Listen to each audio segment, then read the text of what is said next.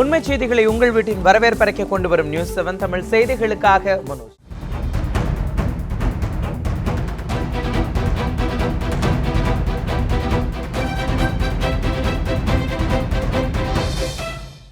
திருச்செந்தூர் கந்தசஷ்டி திருவிழாவின் முக்கிய நிகழ்வுகளில் ஒன்றான திருக்கல்யாண உற்சவம் இன்று இரவு நடைபெற உள்ளது. திருச்செந்தூரில் நேற்று சூரசம்ஹாரம் நடைபெற்ற நிலையில் இன்று முருகன் தெய்வானை திருக்கல்யாணம் நடைபெற இருக்கிறது.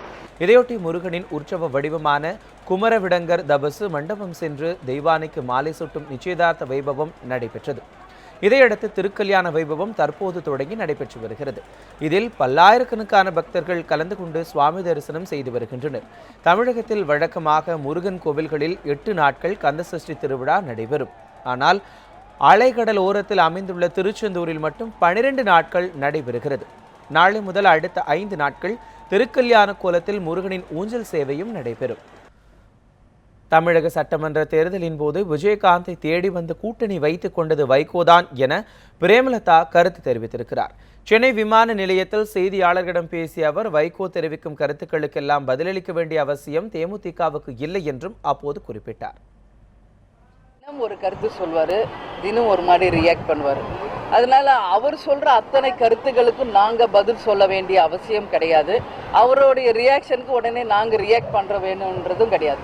கூட்டணி வேணும் அப்படின்னு தேடி வந்ததும் அவர்தான், இன்னைக்கு விமர்சனத்தை வைத்திருப்பதும் அவர்தான். அதனால இதுக்கான பதில் அவர்தான் சொல்லணும். அதை பத்தி நாங்க அதிகம் சொல்றதுக்கு அங்க ஒண்ணுமே இல்லை. தமிழக முதலமைச்சர் ஜெயலலிதா விரைவில் பூரண நலம் பெற்று வீடு திரும்புவார் என்று பாஜகவின் முன்னாள் நாடாளுமன்ற உறுப்பினர் தருண் விஜய் தெரிவித்திருக்கிறார். சென்னை அப்போலோவில் சிகிச்சை பெற்று வரும் முதலமைச்சரின் உடல் நலம் குறித்து விசாரித்த பிறகு செய்தியாளர்களுக்கு பேட்டியளித்த போது அவர் இவ்வாறு கூறினார். மேலும் முதலமைச்சர் விரைவில் நலம் பெற வேண்டி திபெத்தில் இருக்கும் மானசரோவரில் இருந்து புனித நீர் கொண்டு வந்து மக்களவை துணைத் தலைவர் தம்பிதுரையிடம் கொடுத்ததாகவும், மருத்துவர்களிடம் முதலமைச்சரின் உடல்நலம் குறித்து கேட்டறிந்ததில் அவர் விரைவில் வீடு திரும்புவார் என்று மருத்துவர்கள் தெரிவித்ததாகவும் கூறினார். முதலமைச்சர் ஜெயலலிதாவுக்காக பல்லாயிரக்கணக்கானவர்கள் மேற்கொண்ட பிரார்த்தனைகள் பலன் அளிப்பதாகவும் தருண் விஜய் தெரிவித்தார். Honorable Chief Minister is now fully recovering. That is, I'm told by the doctors. I met doctors and Thambi Dureji. They say that Amma is very fast recovering.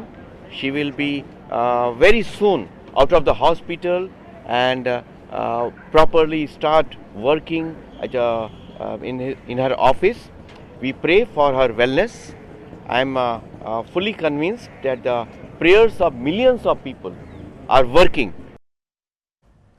முதலமைச்சர் ஜெயலலிதா உடல்நிலையில் நல்ல முன்னேற்றம் ஏற்பட்டுள்ளது என மருத்துவர்கள் தெரிவித்திருப்பதாக அதிமுகவின் செய்தி தொடர்பாளர் CR சரஸ்வதி தெரிவித்திருக்கிறார். சென்னை அப்போலோ மருத்துவமனையில் செய்தியாளர்களிடம் பேசிய அவர், தமிழகத்தில் நடைபெறும் 3 தொகுதிகளுக்கான தேர்தல் மற்றும் புதுவை நெல்லித்தோப்பு இடைத்தேர்தலில் ஏற்கனவே அமைச்சர்கள் பிரச்சாரத்தில் ஈடுபட்டிருப்பதால் இந்த தேர்தலில் அதிமுக அமோக வெற்றி பெறும் எனவும் தெரிவித்தார். இடைத்தேர்தலுக்கு பிரச்சாரத்துக்கு போகிறோம். நம்முடைய மாண்புமிகு அமைச்சர் பெருமக்கள் பிரச்சாரம் தொடங்கியாச்சு, பொறுப்பாளர் தொடங்கியாச்சு, பேச்சாளர் நாங்களும் போகிறோம்.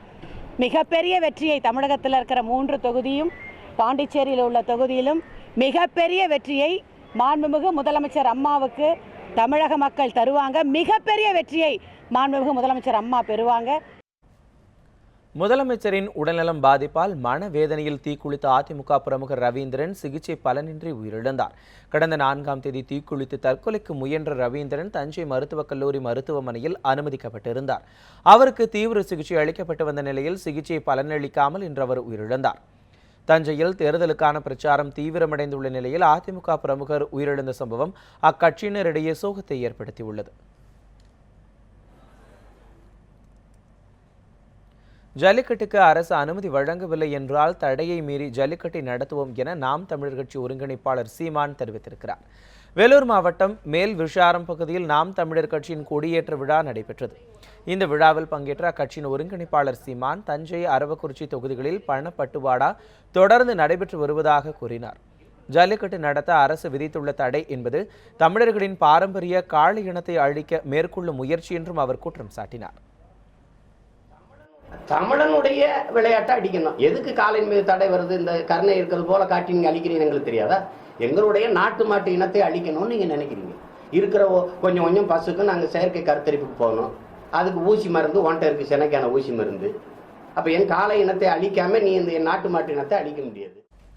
டிஎன்பிஎஸ்சி குரூப் 4 தேர்வு தமிழகம் முழுவதும் இன்று நடைபெற்றது. 15 லட்சம் பேர் பங்கேற்ற இந்த தேர்வு குறித்த சிறப்பு செய்தி தொகுப்பை இப்பொழுது பார்க்கலாம்.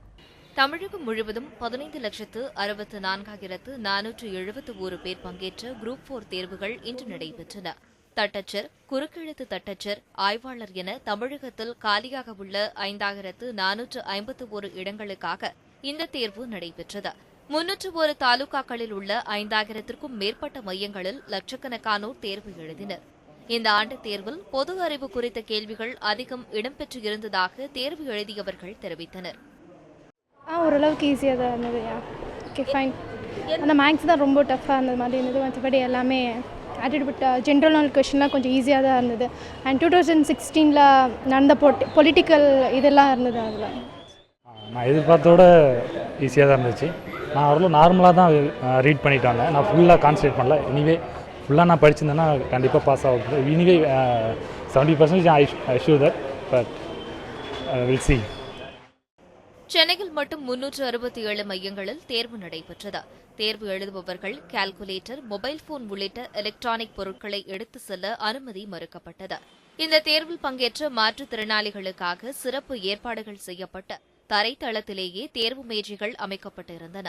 சென்னை திருவல்லிக்கேணியில் உள்ள என்கேடி தேசிய மகளிர் மேல்நிலைப் பள்ளி தேர்வு மையத்தை டிஎன்பிஎஸ்சி தலைவர் அருள்மொழி நேரில் பார்வையிட்டு ஆய்வு செய்தார். போட்டித் தேர்வில் கலந்து கொள்ளும் நபர்கள் அனைவரும் தங்களை முழுமையாக தயார்படுத்திக் கொண்டு தகுதி மற்றும் திறமையின் அடிப்படையிலேயே தேர்வு நடைபெறும் என்பதால் முழு நம்பிக்கையோடு நன்கு தயார்படுத்திக் கொண்டு தேர்வு எழுதி வெற்றி பெற எனது வாழ்த்துக்களை தெரிவித்துக் கொள்கிறேன். இந்த தேர்வுகளுக்கான விடைகள் வங்கி இன்னும் 2 நாட்களில் வெளியாகும் என்று எதிர்பார்க்கப்படுகிறது. டிஎன்பிஎஸ்சி குரூப் 4 தேர்வை தொடர்ந்து 85 காலி பணியிடங்களை கொண்ட குரூப் 1 தேர்வுகளுக்கான அறிவிப்பு நாளை வெளியாகும் என்று அறிவிக்கப்பட்டுள்ளது. ஒளிப்பதிவாளர் சரத்துடன் கிருத்திகா கண்ணன், நியூஸ் 7 தமிழ், சென்னை. காணாமல் போன வேந்தர் மூவிஸ் மதன் கடந்த மாதம் 15ஆம் தேதி வரை எங்கெல்லாம் சென்றுள்ளார் என்ற பட்டியலை சேகரித்துள்ள மத்திய குற்றப்பிரிவு போலீசார் அவரை பிடிக்க 4 மாநிலங்களில் முகாமிட்டு தேடி வருகின்றனர். எஸ்ஆர்எம் மருத்துவக் கல்லூரியில் சீட் வாங்கி தருவதாக கூறி மோசடியில் ஈடுபட்ட சினிமா தயாரிப்பாளர் மதன் கடந்த மே மாதம் கடிதம் ஒன்றை எழுதி வைத்துவிட்டு காணாமல் போனார். இவரை பிடிக்க பல்வேறு நடவடிக்கைகளை சென்னை மத்திய குற்றப்பிரிவு போலீசார் எடுத்து வருகின்றனர். ஆனால் இதுவரை மதனை பிடிக்க முடியவில்லை. டெல்லி, பீகார், மத்திய பிரதேசம் உட்பட 4 மாநிலங்களில் மத்திய குற்றப்பிரிவு போலீசார் முகாமிட்டு தொடர்ந்து தேடி வருகின்றனர். மதனின் நெருங்கிய தோழி கீதாஞ்சலி என்பவரை பிடித்த போலீசார் விசாரணை மேற்கொண்டனர். தலைமறைவான பிறகு அவரிடம் மதன் பேசியிருப்பது கண்டறியப்பட்டது. இந்நிலையில் மதன் கடந்த மாதம் 15ஆம் தேதி வரை எங்கெல்லாம் சென்றிருக்கிறார் என்பது தொடர்பாக அனைத்து விவரங்களையும் மத்திய குற்றப்பிரிவு போலீசார் கைப்பற்றியுள்ளனர். எந்த பகுதிகளில் தங்கியிருந்தார் என்பது தொடர்பான தகவல்களை சேகரித்துள்ள போலீசார் 4 மாநிலங்களில் முகாமிட்டு சாதாரண உடையில் அங்குள்ள தங்கும் விடுதிகளில் மதனை தீவிரமாக தேடி வருகின்றனர். விரைவில் மதனை பிடித்து விடுவோம் என மத்திய குற்றப்பிரிவு போலீசார் தரப்பில் தெரிவிக்கப்பட்டுள்ளது. தஞ்சாவூர், அரவக்குறிச்சி, திருப்பரங்குன்றம் ஆகிய 3 தொகுதிகளிலும் அதிமுக வேட்பாளர்களுக்கு ஆதரவாக வரும் 10ஆம் தேதி முதல் பிரச்சாரம் மேற்கொள்ள இருப்பதாக சமத்துவ மக்கள் கட்சித் தலைவர் சரத்குமார் தெரிவித்துள்ளார். சென்னையில் செய்தியாளர்களிடம் பேசிய அவர் இதனை தெரிவித்தார். பிரச்சாரம் 10ஆம் தேதியிலிருந்து 17ஆம் தேதி வரை பிரச்சாரம் செய்ய முடிவு செய்யப்பட்டிருக்கிறது. அந்த பிரச்சாரம் காலை துவங்கி மாலை வரை இறுதி பிரச்சாரம் 17ஆம் தேதி வரைக்கும் பிரச்சாரம் 3 தொகுதியிலும் பிரச்சாரம். ஒவ்வொரு தொகுதியும் 2 நாள்னா கூட 3 தொகுதி 6 நாள் வரும். 7 நாள் நான் வச்சுருக்கேன். 10th ஆரம்பித்து 17th முடிச்சிடும். தேர்தல் ஆணையம் சதி வேலைகளை செய்து வருவதாக பாமக தலைவர் ஜி.கே. மணி குற்றம் சாட்டியிருக்கிறார். சென்னையில் செய்தியாளர்களிடம் பேசிய அவர் கடந்த தேர்தலில் 2 தொகுதிகளில் தேர்தல் ஒத்திவைக்கப்பட்டதன் நோக்கம் நிறைவேறவில்லை என்றும் கூறியிருக்கிறார். நடைபெறவுள்ள தேர்தலில் பாட்டாளி மக்கள் கட்சிக்கு தஞ்சாவூர், அரவக்குறிச்சி இந்த 2 தொகுதிக்கு மாம்பழம் சின்னம் வழங்கப்பட்டிருக்கிறது. ஆனால் திருப்பரங்குன்றத்திற்கு மாம்பழம் சின்னம் வழங்கப்படவில்லை. இது மிகப்பெரிய மோசடி, சதி, சூழ்ச்சி என நாங்கள் கண்டிக்கிறோம். நெல்லித்தோப்பு தொகுதி இடைத்தேர்தலில் நாட்டில் முதன்முறையாக இராணுவ மற்றும் துணை இராணுவத்தில் பணிபுரியும் வீரர்கள் இணையதளம் மூலம் வாக்களிக்கும் முறை அறிமுகப்படுத்தப்பட உள்ளது. எலக்ட்ரானிக்ஸ் டிரான்ஸ்மிட்டர் போஸ்டல் பேலட் என்ற பெயரில் புதிய வசதியை தேர்தல் ஆணையம் உருவாக்கியிருக்கிறது. இந்த வசதி புதுச்சேரி நெல்லித்தோப்பு இடைத்தேர்தலில் பரிசோதனை அடிப்படையில் அறிமுகம் செய்யப்பட உள்ளது. இந்த தொழில்நுட்பம் குறித்து புதுச்சேரி தலைமைச் செயலகத்தில் அனைத்து கட்சியினருக்கும் விளக்கம் அளிக்கும் கூட்டம் இன்று நடைபெற்றது.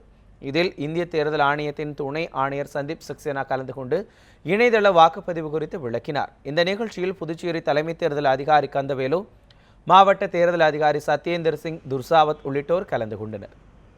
சேலம் ஆலயத்தில் பிரதிஷ்டை செய்வதற்காக 50 டன் எடையுள்ள பிரம்மாண்ட லிங்கேஸ்வரர் சிலை மேளதாளங்கள் முழங்க ஊர்வலமாக எடுத்துச் செல்லப்பட்டது. சேலத்தை அடுத்துள்ள வலசியூர் பகுதியில் ஸ்ரீ ஆத்மாமுத்ரா அறக்கட்டளை சார்பில் 1 ஏக்கர் நிலப்பரப்பில் ஆத்மலிங்கேஸ்வரர் கோவில் அமைக்கப்பட்டு வருகிறது.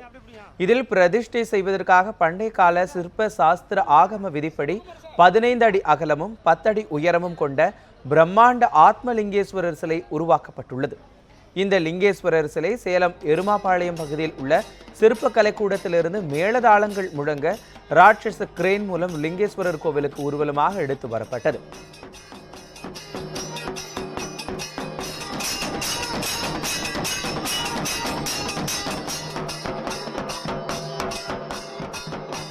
ஸ்ரீ ஸ்ரீ ஆத்மலிங்கேஸ்வரர் திருக்கோயிலானது இதனுடைய மொத்த உயரம் 10 அடி உயரம், 12 அடி அகலம். இது தமிழ்நாட்டில் வேறு எங்கேயும் பிரதிஷ்டை செய்யப்படாத ஒரு திருக்கோவிலாக வருகின்ற 11/11/2016 அன்று அரூர் மெயின் ரோடு வலசியூர் பஸ் ஸ்டாப்பில் பிரதிஷ்டை செய்ய போகிறோம்.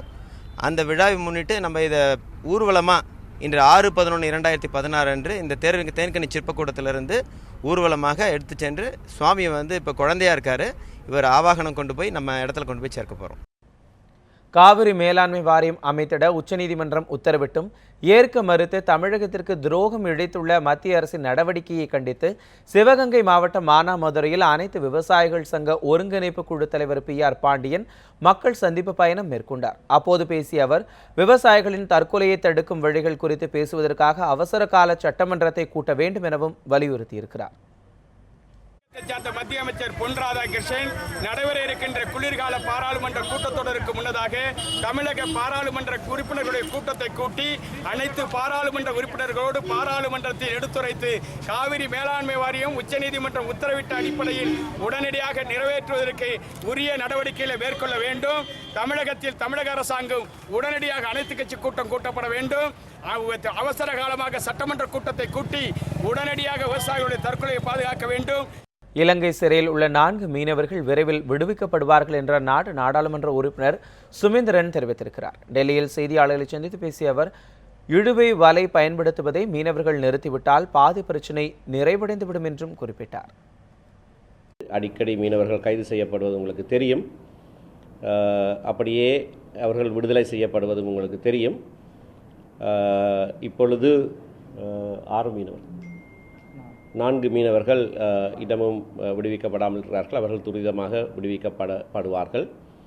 அதே போல் இலங்கையைச் சேர்ந்த மீனவர்களும் 3 பேர் இந்திய சிறையில் இருக்கிறார்கள். அவர்களும் விடுவிக்கப்பட வேண்டும் என்று. இத்துடன் நியூஸ் 7 தமிழில் இரவு 8 மணி செய்திகள் நிறைவடைகிறது. தொடர்ந்து புதிய செய்திகளை புதிய கோணங்களில் காண நியூஸ் 7 தொலைக்காட்சியை பாருங்கள்.